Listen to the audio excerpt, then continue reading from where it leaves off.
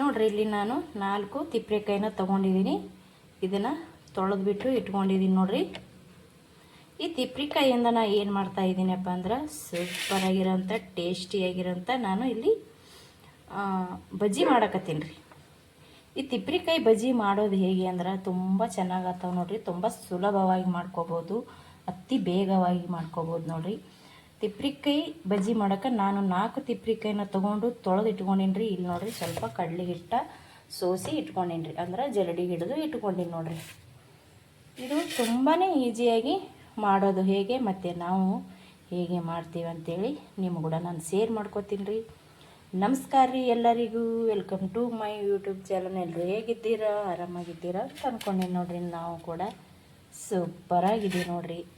ತುಂಬಾ ಸುಲಭವಾಗಿ ಮಾಡ್ಕೋಬೋದು ನೋಡಿರಿ ತಿಪ್ರೆಕಾಯಿ ಬಜ್ಜಿ. ನಾವು ಯಾವ ರೀತಿ ಮಾಡ್ತೀವಿ ಅಂತ ನಿಮ್ಗೆ ಕೂಡ ಶೇರ್ ಮಾಡ್ಕೋಬೇಕಲ್ಲಕತ್ತೀನಿ ನೋಡಿರಿ. ಅದಕ್ಕೋಸ್ಕರ ನಾನು ನಿಮ್ಗೆ ಕೂಡ ಶೇರ್ ಮಾಡ್ಕೋತೀನಿ ನೋಡಿರಿ. ಇವಾಗ ನಾನಿಲ್ಲಿ ಕಡಲೆ ಹಿಟ್ಟನ್ನ ಸೋಸಿ ಇಟ್ಕೊಂಡಿನಿ ಅಂತ ಹೇಳಿದ್ನಲ್ಲ ರೀ. ಅದಕ್ಕೆ ನಾನು ಇವಾಗ ಹಾಕ್ಕೊಂಡಿರೋದು ಕೊತ್ತಂಬರಿ ಸೊಪ್ಪು ಮತ್ತು ಒಂದು ಸ್ವಲ್ಪ ಸೋಡಾ ಕೂಡ ಹಾಕ್ಕೋತೀನಿ ನೋಡಿರಿ. ಇದಕ್ಕೆ ಜಾಸ್ತಿ ಏನೂ ಬೇಕಾಗಿಲ್ಲ ರೀ. ಸ್ವಲ್ಪ ಒಂದು ಚಿಟಿಕೆ ಆಗೋಷ್ಟು ಸೋಡಾನ. ಇವಾಗ ಉಪ್ಪು ಹಾಕ್ಕೊಳ್ಳಮ್ರಿ ನೋಡಿರಿ. ಇಲ್ಲಿ ನಾನು ಒಂದು ಸ್ವಲ್ಪ ಉಪ್ಪು ತೊಗೊಂಡಿನಿ. ಅದು ಉಪ್ಪನ್ನು ನೋಡಿಕೊಂಡು ಹಾಕೊಂಬ್ರಿ. ಮತ್ತು ಜಾಸ್ತಿ ಆದ್ರೆ ತಿನ್ನೋಕ್ಕಾಗಂಗಿಲ್ಲ, ಹಂಗಾಗ್ತದೆ. ಇಲ್ಲಿ ಉಪ್ಪು ಕಡಿಮೆ ಬಿದ್ದರೆ ಮತ್ತು ನಾವು ಪುನಃ ಹಾಕೋಬೋದು. ಹೆಚ್ಚಾದರೆ ತೆಗಿಯೋಕ್ಕಂತೂ ಸಾಧ್ಯನೇ ಇಲ್ಲ ರೀ. ಉಪ್ಪು, ಒಂದು ಚಿಟಿಕೆ ಸೋಡಾ ಮತ್ತು ಕೊತ್ತಂಬರಿ ಸೊಪ್ಪು ಮತ್ತು ಕಡಲೆ ಹಿಟ್ಟು ನೋಡಿರಿ. ಒಂದು ಸ್ವಲ್ಪ ಅಜ್ವಾನ ತೊಗೊಂಡಿನಿ. ಇದು ಕೈಯಿಂದ ತಿಕ್ಕಿ ತೊಗೊಂಡಿನಿ ರೀ. ಒಂದು ಸ್ವಲ್ಪ ತಿಕ್ಕಿ ತೊಗೊಂಡ್ರೆ ಇದ್ರದ್ದು ಘಮ ಸೂಪರ್ ಇರ್ತದೆ ಅಂತೇಳಿ ನಾನು ತಿಕ್ಕಿ ತೊಗೊಂಡೀನಿ.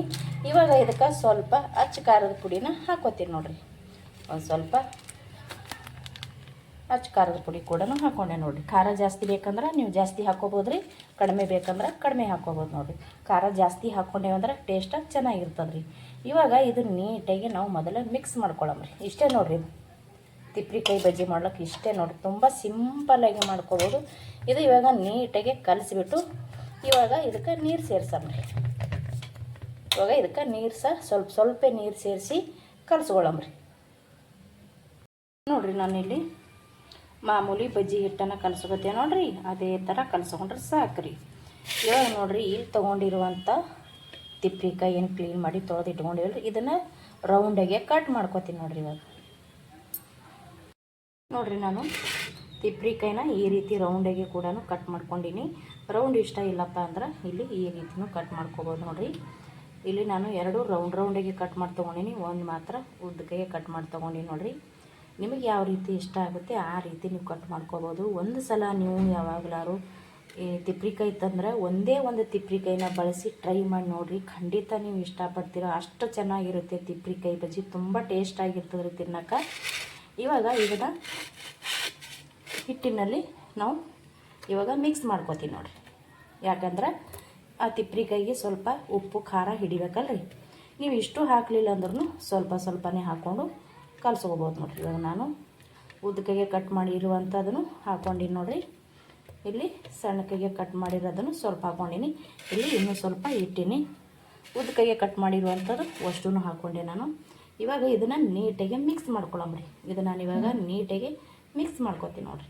ಯಾಕೆ ಮಿಕ್ಸ್ ಮಾಡ್ಕೋಬೇಕಪ್ಪ ಅಂದ್ರೆ ಖಾರ ಮತ್ತು ಉಪ್ಪು ನಾವು ಏನೆಲ್ಲ ಹಾಕಿವಲ್ರಿ ಅದು ತಿಪ್ರೆಕಾಯಿಗೆ ಹಿಡ್ಕೋಬೇಕ್ರಿ. ಹಿಡ್ಕೊತಂದ್ರೆ ಚೆನ್ನಾಗಿರ್ತದೆ ಅಂತೇಳಿ ನಾನು ಮಿಕ್ಸ್ ಮಾಡಕತ್ತೀನಿ ರೀ. ಇದು ಇವಾಗ ಮಿಕ್ಸ್ ಮಾಡ್ಕೊಳ್ಳಮ್ರಿ ನೋಡಿರಿ. ಈ ಥರ ನಾನು ಮಿಕ್ಸ್ ಮಾಡಿಕೊಂಡೆ. ಈ ರೀತಿ ಮಿಕ್ಸ್ ಮಾಡ್ಕೊಂಡೇವಂದ್ರೆ ಚೆನ್ನಾಗಿ ಬರ್ತಾವ್ರಿ. ಉಪ್ಪು ಖಾರ ಹಿಡಿತದ. ನಿಮ್ಗೆ ಇಷ್ಟ ಇಲ್ಲಾಂದ್ರೆ ನೀವು ಬಿಡ್ಬೋದು. ಹಾಗೇನೆ ಎದ್ದು ಹಾಕ್ಬೋದು ನೋಡಿರಿ. ಮೆಣಸಿನ್ಕಾಯಿ ಬಜ್ಜಿ ಯಾವ ರೀತಿ ಮಾಡ್ತೀವಿ ನೋಡಿರಿ ಅದೇ ರೀತಿ ಮಾಡ್ಕೋಬೋದು ನೋಡಿ. ಇಲ್ಲಿ ಎಣ್ಣೆ ಕಾಯಕ್ಕೆ ಇಟ್ಟೇನಿ ರೀ. ನಾನು ಗ್ಯಾಸ್ ಹಚ್ಚಿ ಒಂದು ಪಾತ್ರೆ ಒಳಗೆ ಎಣ್ಣೆ ಹಾಕಿಟ್ಟೀನಿ ರೀ. ಇದು ಎಣ್ಣೆ ಕಾಯನ ಬಿಡಮ್ರಿ. ಎಣ್ಣೆ ಕಾಯ್ದೈತ್ರಿ, ಇನ್ನೊಂದು ಚೂರು ಕಾಯ್ಬೇಕಷ್ಟೇ ನೋಡಿರಿ. ಇವಾಗ ಎಣ್ಣೆ ಕಾಯ್ದೈತಿ. ಇವಾಗ ನಾವು ಇದನ್ನು ಒಂದೊಂದಾಗಿ ಬಿಡಮ್ರಿ.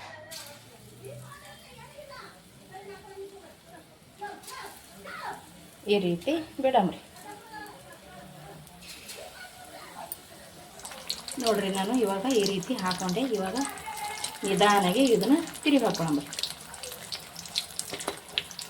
ತುಂಬ ಚೆನ್ನಾಗಿ ಬರ್ತಾವ್ರಿ ಇದನ್ನು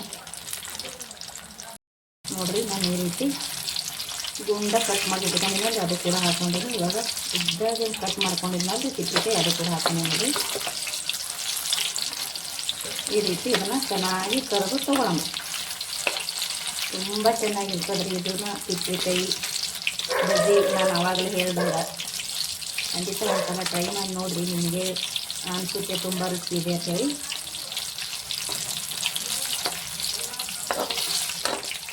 ಇದು ಇನ್ನೊಂದು ಸ್ವಲ್ಪ ಫ್ರೈ ಆಗೋಣ ತಕ್ಕೊತೀನಿ.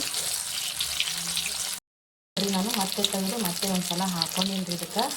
ಇವಾಗ ಇದರಲ್ಲಿರೋಂಥ ತಿಪ್ಪಿಕಾಯಿನೂ ಖಾಲಿ ಆಗ್ಯದ್ರಿ. ಇವಾಗ ಇಲ್ಲೇ ಇನ್ನೊಂದು ಸ್ವಲ್ಪ ಕಟ್ ಮಾಡಿ ಇಟ್ಕೊಂಡು ನೋಡಿರಿ, ಅದು ಕೂಡ ನಾನು ಹಾಕ್ಕೊಂಡೆ ನೋಡಿರಿ ಪ್ಲೇಟ್ನಾಗ ಇರೋದು ಇಷ್ಟು.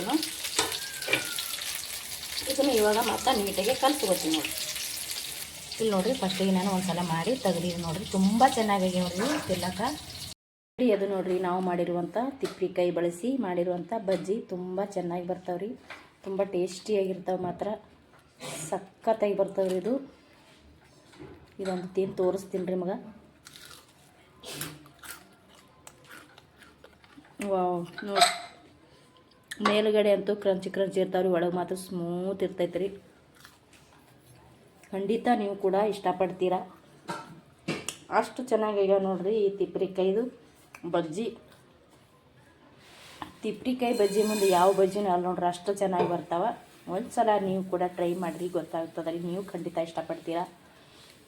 ನಾವು ಮಾಡಿರುವಂಥ ತಿಪ್ಪಿಕಾಯಿ ಬಜ್ಜಿ ನಿಮಗೆ ಇಷ್ಟ ಆಗಿತ್ತು ಅಂದ್ರೆ ಪ್ಲೀಸ್ ಒಂದು ಲೈಕ್ ಮಾಡಿರಿ, ಶೇರ್ ಮಾಡಿರಿ, ಕಮೆಂಟ್ ಮಾಡಿರಿ. ಯಾರೆಲ್ಲ ಹೊಸಬ್ರು ವಿಡಿಯೋ ನೋಡ್ತಾ ಇದ್ದಾರೆ ಪ್ಲೀಸ್ ಚಾನಲ್ನ ಸಬ್ಸ್ಕ್ರೈಬ್ ಮಾಡ್ಕೊಂಡು ನೋಡಿರಿ, ಸಪೋರ್ಟ್ ಮಾಡಿರಿ. ನಮಸ್ಕಾರ ರೀ, ಥ್ಯಾಂಕ್ ಯು.